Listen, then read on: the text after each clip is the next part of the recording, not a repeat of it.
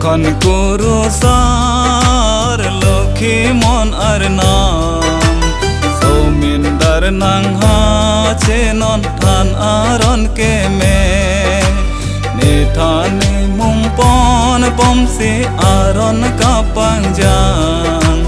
ni tum sorat ke do an pu an sengkang sam Kon kuru sar lokhi mon arnam somin dar nang ha chenon than aron ke me ni thani mum pon bom si aron ka pangjang ni tum sorat ke do an pu an sengkang sam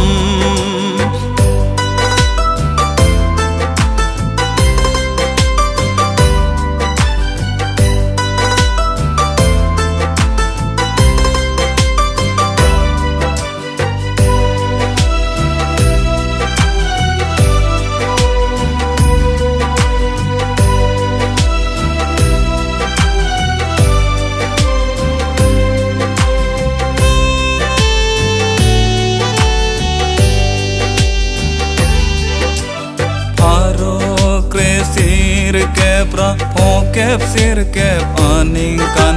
thang thang achik lo ni phai pho the man arni ha po garam tok bi arong angkang along porom pe klang pon so kar bi ang bong aron ahem putanang che krong si nang men nang ra che non jui dong so pir the lo kon kuru sar lokhi mon arnam so min dar nang ha che non than aron ke me ne thane mum pon bom si aron ka pangjang di tum sorat ke do an pu an sengkang sam lo kon kuru sar lokhi mon arnam so min dar nang ha chenon than aron ke me ne thani mum pon bom si aron ka pangjang ni tum sorat ke do an pu an sengkang sam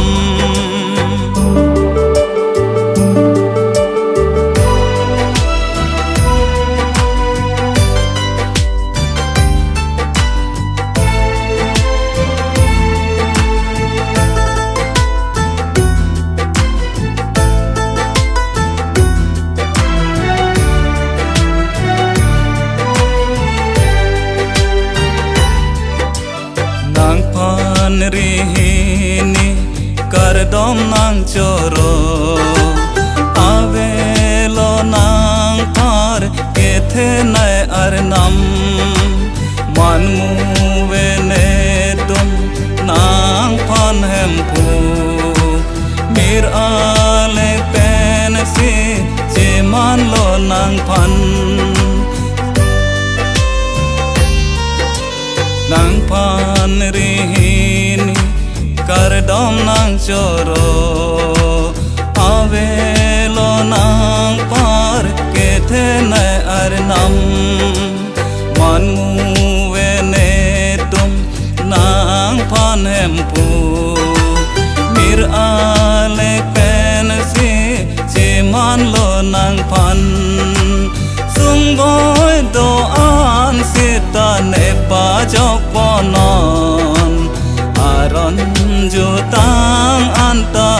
han pon bom non Lokon guru sar lokhi mon ar nam Somin dar nang ha chenon than aron ke me Ne thane mung pon bom si aron kapang jang Ni tum sorat ke do an pu an sengkang sam Ni tum sorat ke do an pu an sengkang sam